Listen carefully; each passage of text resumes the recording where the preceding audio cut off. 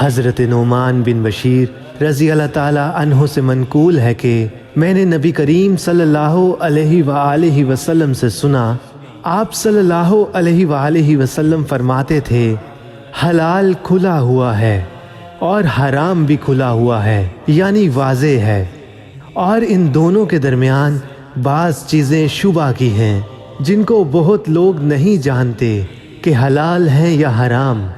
پھر جو کوئی شبہ کی چیزوں سے بھی بچ گیا اس نے اپنے دین اور عزت کو بچا لیا، اور جو کوئی ان شبہ کی چیزوں میں پڑ گیا اس کی مثال اس چرواہے کی ہے جو شاہی محفوظ چراگاہ کے آس پاس اپنے جانوروں کو چرائے۔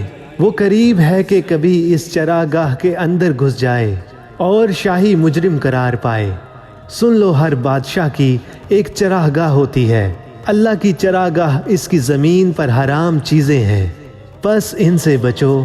اور سن لو، بدن میں ایک گوشت کا ٹکڑا ہے، جب وہ درست ہوگا سارا بدن درست ہوگا، اور جہاں بگڑا سارا بدن بگڑ گیا۔ سن لو، وہ ٹکڑا آدمی کا دل ہے۔ وصحبه وسلم۔